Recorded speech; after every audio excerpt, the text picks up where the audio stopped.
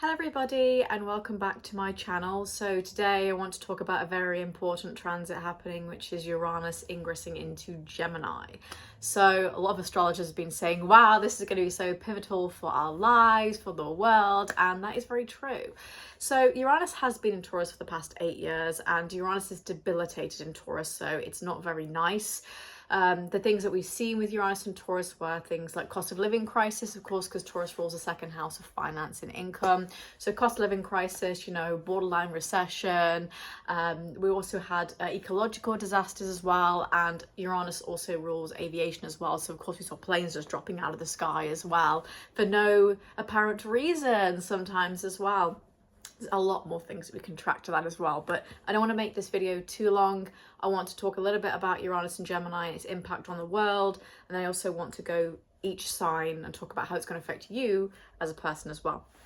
So Uranus ingressing into Gemini is a little bit better than Taurus because Uranus is the upper octave of Mercury, and Mercury rules Gemini, so it will do a little bit better in Gemini than it will in Taurus, so that should hopefully be a little bit more positive for us. I will say that Uranus as a planet does not discriminate. It's going to screw up whatever it does, right? It's a planet of sudden change and a bit chaotic and a little bit sort of revolutionary, and it's the planet of originality and things that change and are reinvented. The term, we don't need to reinvent the wheel. In this case, we're not even reinventing the wheel, we're like putting hydraulics on the wheel and changing it completely. So it is going to change the way that we operate, the way we work, the way we see the world. So one thing to note is that Uranus moving into Gemini will not be completely fixed this year. So it ingresses into Gemini July the 7th, or 7th of July. I had someone have a go at me saying I say dates wrong. Does it really matter? You know what I mean? So 7th of July, sorry, I was saying July the 7th. 7th of July to 7th of November 2025 this year. It then moves back into Taurus temporarily until the 25th of April 2026, which it then stays there until August 2032. And then it has its little bit of last, swan song, last dance, December 2032 to May 2033. So the next 7 years or so, we have Uranus and Gemini. So 7 years of new energy. And yes, Gemini is ruled by Mercury. Gemini rules the third house as well. So what does this mean? So this is the house of communication, quite literally, because of course Mercury is a planet of communication, technology and social media, communication that is not necessarily always just face-to-face. So it's like how computers communicate with each other, coding, AI, for example. Productivity and new ways of working with each other, new neighbours and new social functions, and lots of change in that regard and that respect as well. But someone like David Bowie, rest in peace, was born during Uranus and Gemini time, known for being a great communicator, innovating and changing artistic values, but also he was very fluid, wasn't he? So identity, I could see children born during Uranus and Gemini being a little bit more fluid, not having a fixed sexuality, shall we say, not having a fixed identity, and not being very rigid as well, being very sort of here, there and everywhere. Gemini is known for being very flirty and fun and different.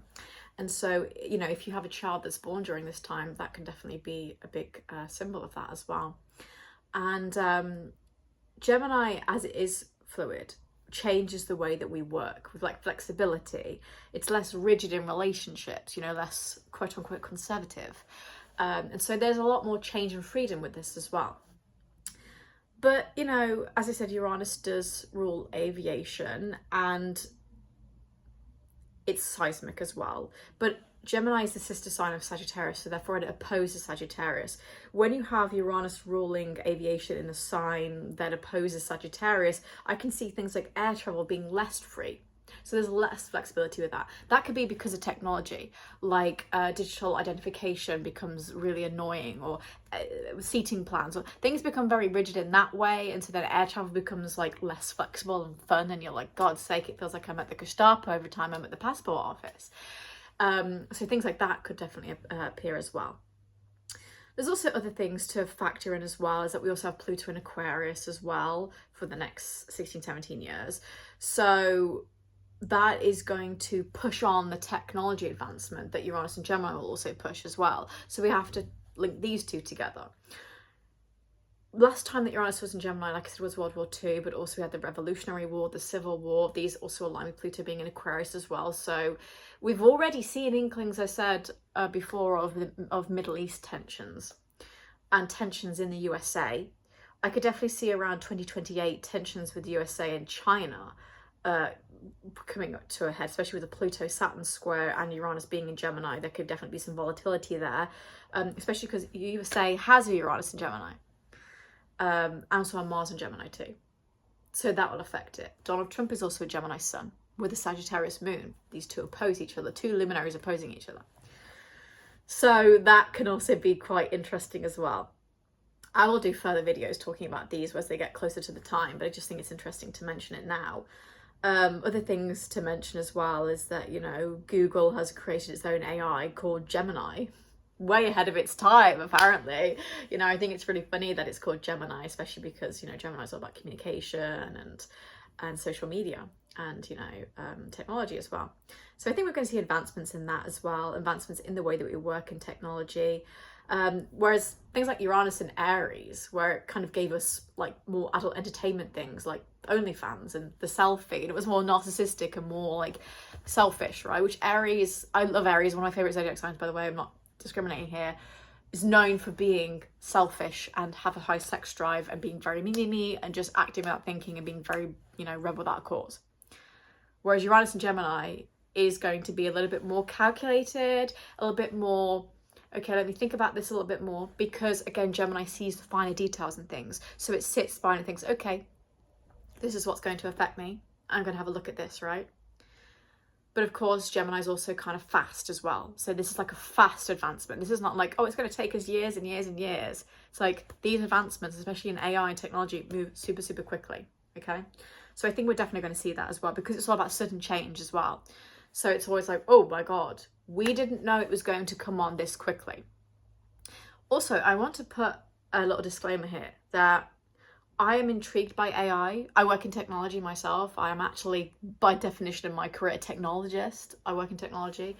I have to work with systems and AI quite a lot. I would say I have a very neutral view on it. I think AI is really fun and good for helping us with certain things, but I think the level of it trying to take people's jobs, I don't agree with. I also think we could just stop AI, right? We created it. We could just say, no, we don't want to do this anymore. But for some reason, we have such a learned helplessness where we're like, it's going to take our jobs and kill us. Why are we pushing it then? You know, there's just that sort of like, maybe I'm being naive, but I just feel like we sit back and think, oh my God, this thing is advancing so much. It's going to completely ruin us. Have you not seen iRobot?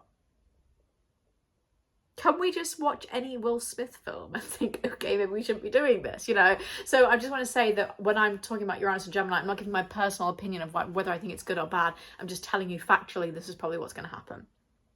You know, Uranus and Gemini might bring very negative things as well as good things. Things like disruptions on electrical grids, periods without internet or social media, you know, blackouts, especially like solar flares and things like that.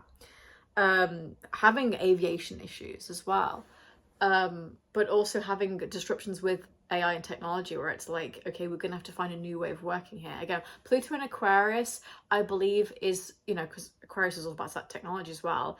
I think it's going to push us along that way, but I ultimately don't think it's going to ruin humanity because Aquarius is too humanitarian for that to happen. So I think generally it's okay. So let's go into the breakdown of each sign and how it's going to affect you. You can watch for your sun, moon or rising, but I would say that sun or rising is going to be a bit more accurate than moon. So let's begin with Aries. If you are in Aries, this is in your third house, which of course is ruled by Mercury and Gemini. So this is going to be a little bit more potent for you. In the third house, this is breakthroughs in your social life. You know, new group projects, new neighbors, even new ways of working with other people. You might even realize that you have to become a manager during this time and take up that leadership position, which as an Aries, you know, is great for you. It's very natuurlijk, as we say in Dutch. You are maybe learning a new language through technology. You know, you are actually using AI and technology to help you learn a language. Actually, me and my dad were having this conversation the other day about how we can get like a phone to just like use spatial binaural awareness. So them say, okay, there's two people, one person speaking Spanish, one person speaking German, and I know exactly what they're saying from where they're positioned in the room.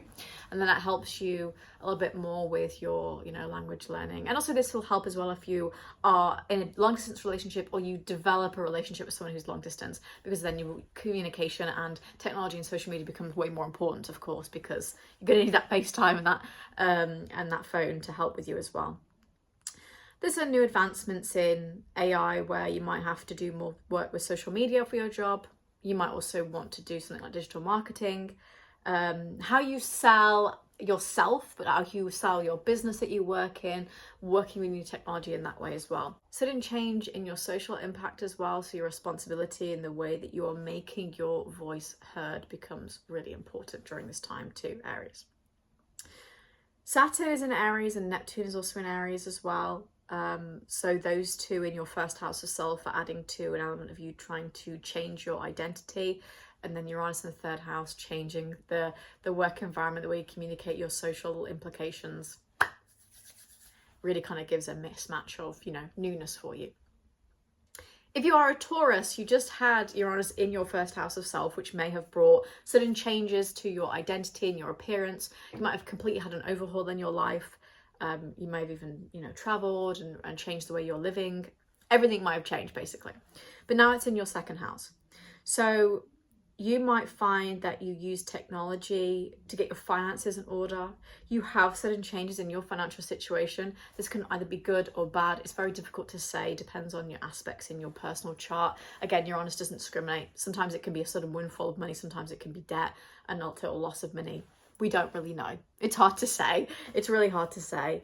But I always say that Uranus will push you to do something that you probably needed to do anyway. So say you lost some money, it pushes you to then save money because you need to get into good financial saving habits.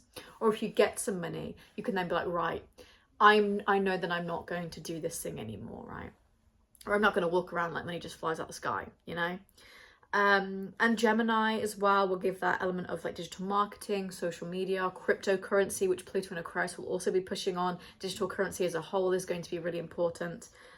But you might also be, you know, really overhauling your health as well, because the second house is also about diet.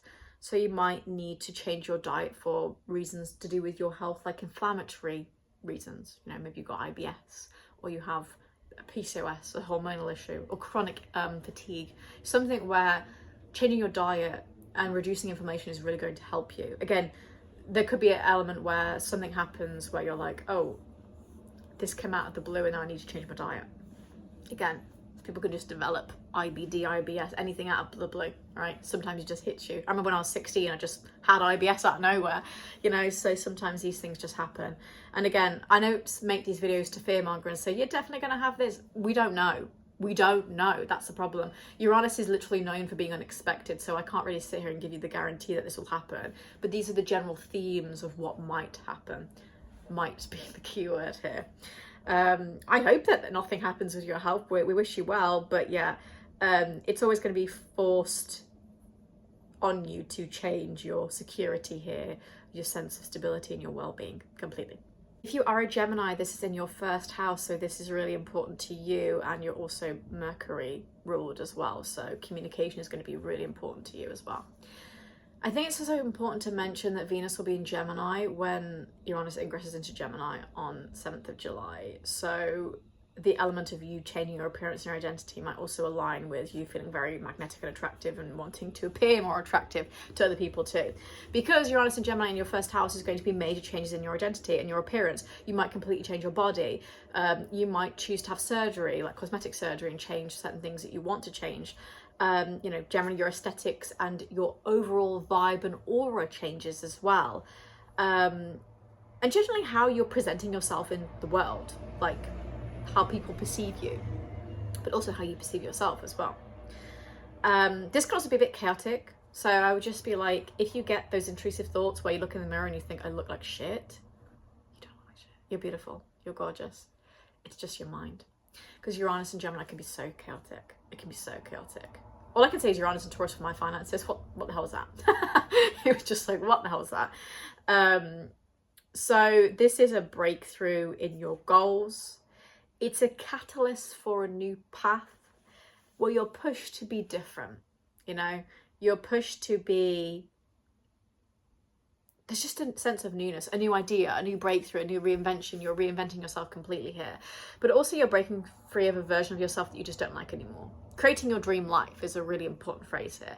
You know, a new way of speaking, a new way of teaching and learning, even living somewhere new, dating someone new, communicating in different ways that you wouldn't normally. But also I could find that you'd be journaling a lot during this time as well, trying to communicate with yourself and your hidden subconscious. Generally during this time, just expect the unexpected. It's pretty chaotic, but also kind of cool at the same time. If you are a Cancer, then this is in your 12th house. So major changes in your subconscious thinking, sudden manifestations coming true where you're like, whoa, this is really amazing. The way that you're talking to yourself as well, because of course Gemini is about communication, but when we have subconscious thoughts, is the way that we're talking to ourselves with like intrusive thoughts. You know, pay attention to your dreams during these times, well, for the next 7 years. It's all about healing and reconnecting with your spiritual side as well. Having patience as well. I could see if you're single during this time, then maybe developing a relationship with a foreign partner and learning a new culture. And this could be someone who has a different culture completely, different religion. And you have to learn a language for them as well. You know, sudden changes when it comes to having to be alone. So a lot of solitude on your own, about that hermit tarot energy. Removing yourself from drama. Getting, you know, overwhelmed by things and being forced to be alone. Bit of the, you know, wandering traveler almost. It's the hermit that's on a pilgrimage, you know, a path to healing as well. But also trying to reinvent those psychological patterns and, you know, deciding maybe even to become a counsellor yourself, going through therapy. I know this sounds so doom and gloom, but again, it's one of those things that it kind of reminds me of a story when someone's like, you know what, found out my husband was cheating on me, and then I had a divorce, was forced to basically sell my house, and then, you know, I decided to walk the world for a couple of years and change my life, and then now I just understand myself and I've never been happier. Something like that, right? It doesn't have to be so like dramatic, of course, but you are learning a very valuable lesson here. And I would pay attention to your dreams, what you're talking about to yourself. Affirmations and manifestation become very important during this time as well. Also have to remember that Jupiter is in Cancer at the moment in your first house of self, giving you opportunities and luck.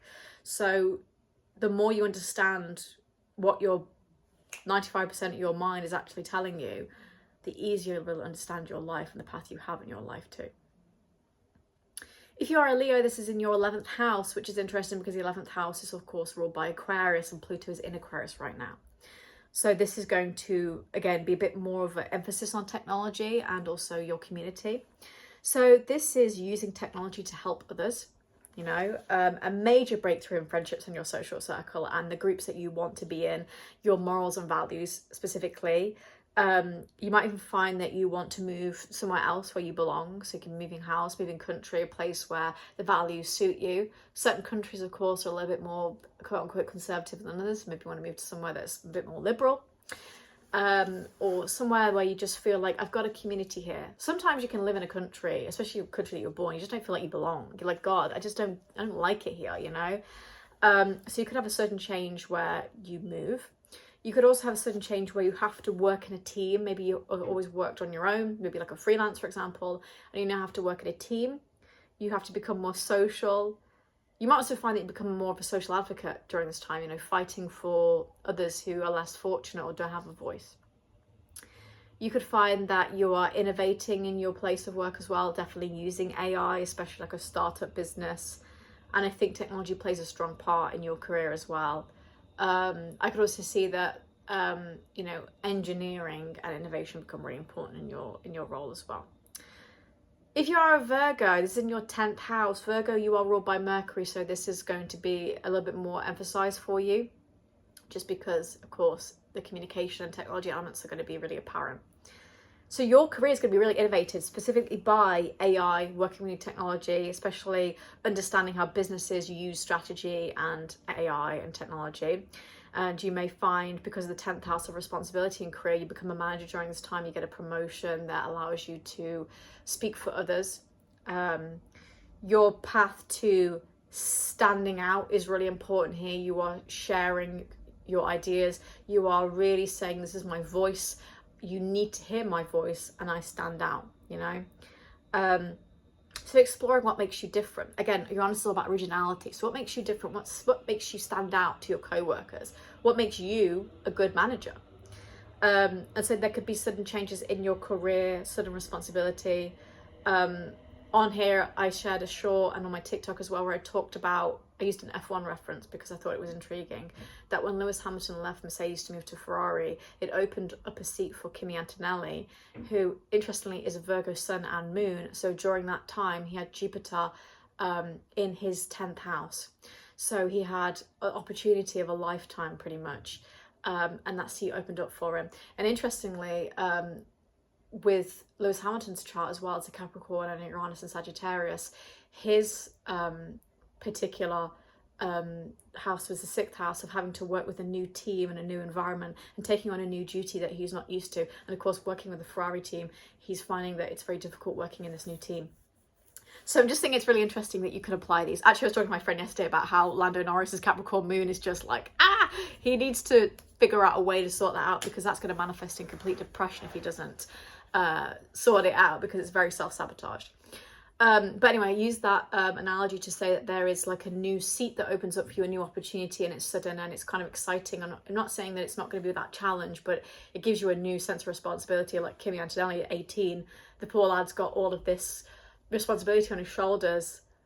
It's like pretty crazy, but also it's like, wow, look how successful he was. So it's kind of really intriguing that way. If you are a Libra, this is in your 9th house. So this is a sudden change to your goals, like a major spiritual breakthrough.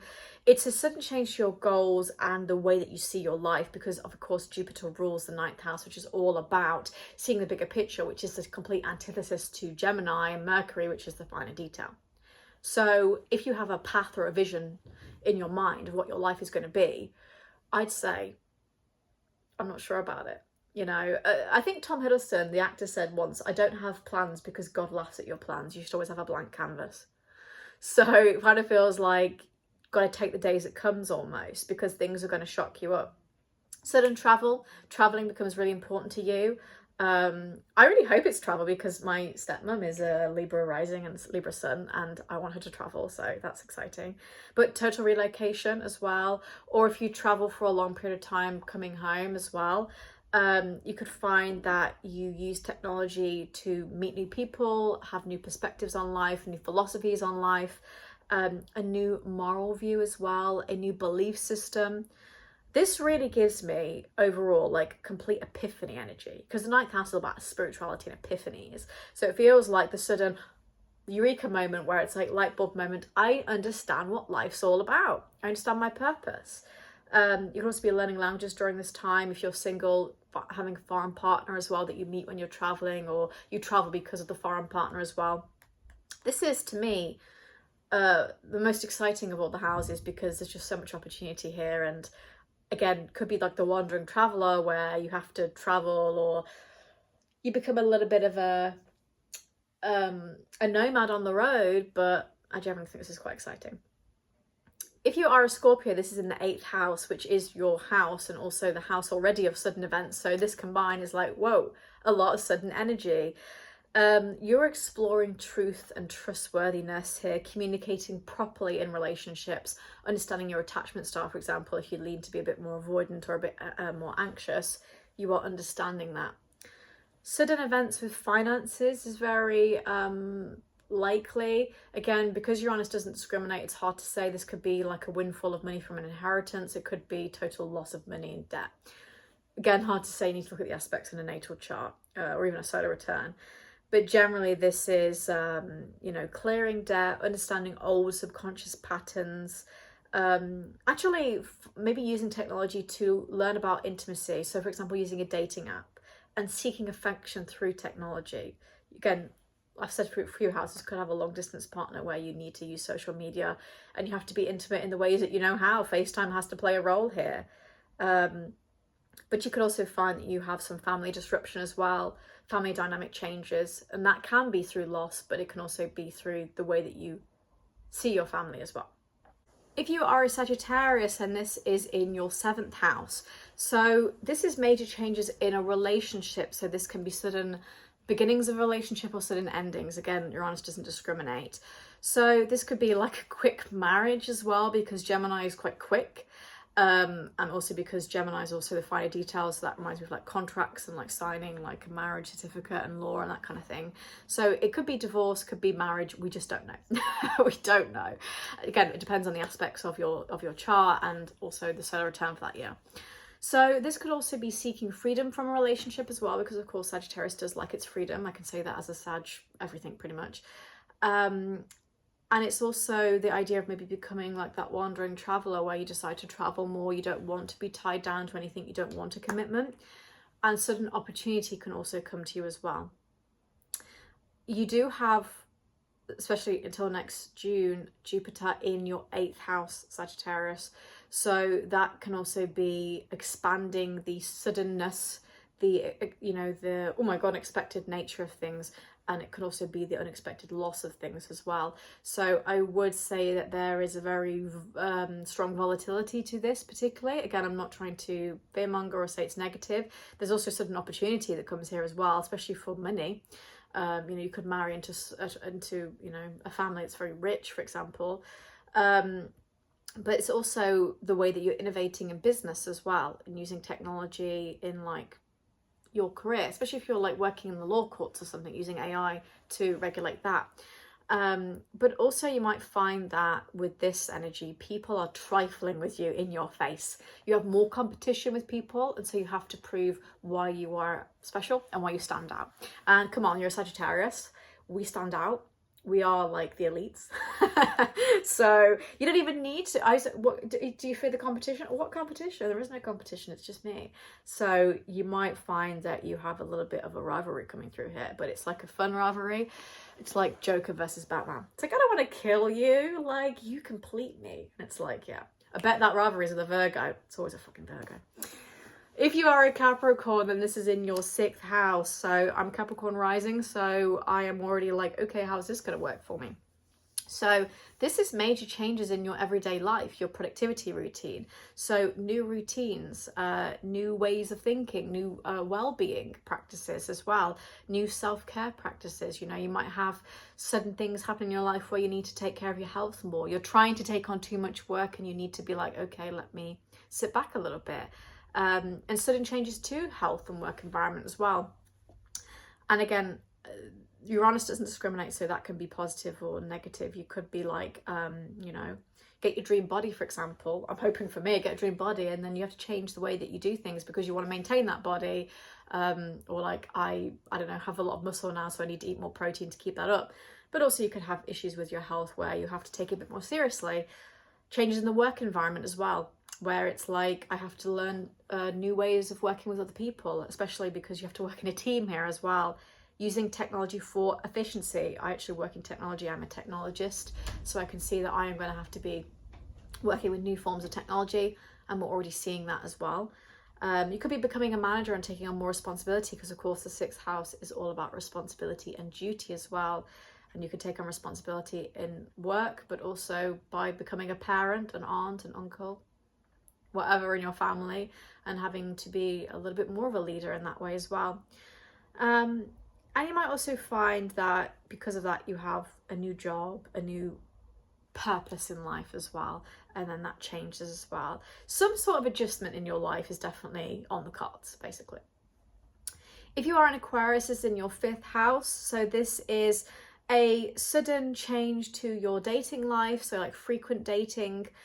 You might have come out of a relationship or like a very long-term relationship and want to have a bit more fun now. Again, Gemini's a bit more flirty and fun as well.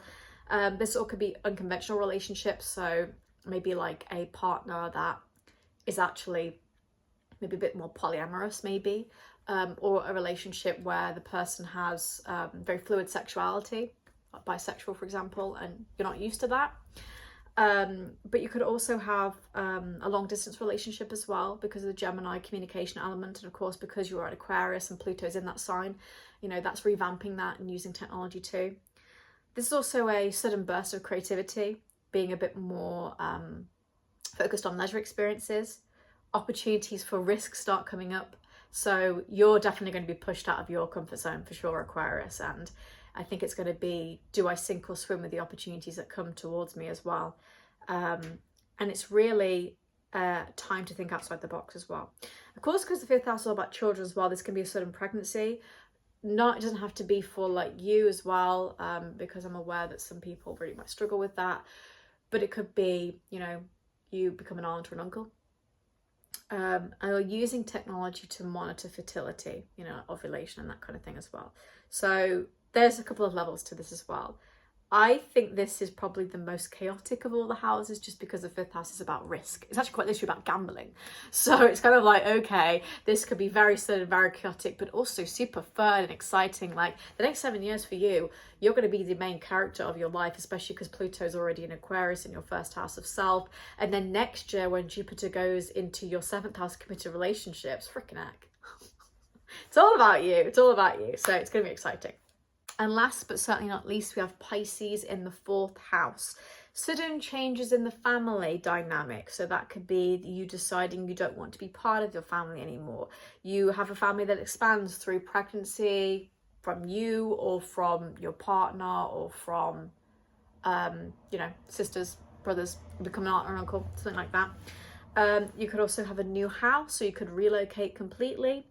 You could have a new sense of responsibility where you have to maybe take care of a family member, for example. You could also just have a complete change in the family dynamic and the way that you operate. Like, for example, you know, you move out of your house or whatever, or you have a bit of a responsibility change. You could also be having sudden changes with your subconscious patterns and figuring out what actually you want in your life. And by that extension, that can mean sudden manifestations too, and the way that you're showing up in the world. New self-care routines as well.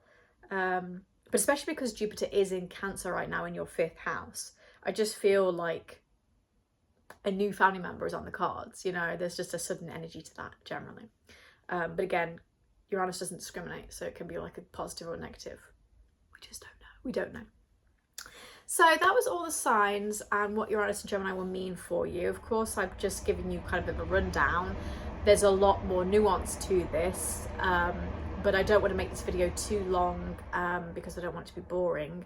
And I also kind of don't want to be too detailed because I don't know you as a person, so I can't say too much. I have to give general themes. But Uranus and Gemini will really push on you know, technology advancements, the way that we communicate, fluidity and flexibility in certain areas. But as I've said, it can also be a bit more constriction with things like air travel, disruptions to electrical grids and power units.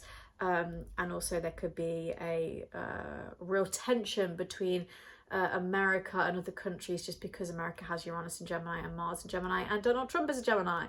So, and I think, if I'm not mistaken, the leader of China, and I forget his name, I apologize, I know it in my head, is also a Gemini. So there's an energy there of just like total Gemini overwhelm as well.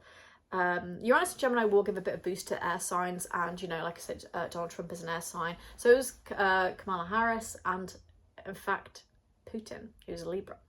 So they will all get a bit of an interesting you know, vamp to them as air signs as well. So I hope you enjoyed that video. If you're interested in what Uranus and Gemini will bring, leave a comment. Are you intrigued? What do you think this is going to bring? And I will see you for my next video, which will be about the full moon in Capricorn.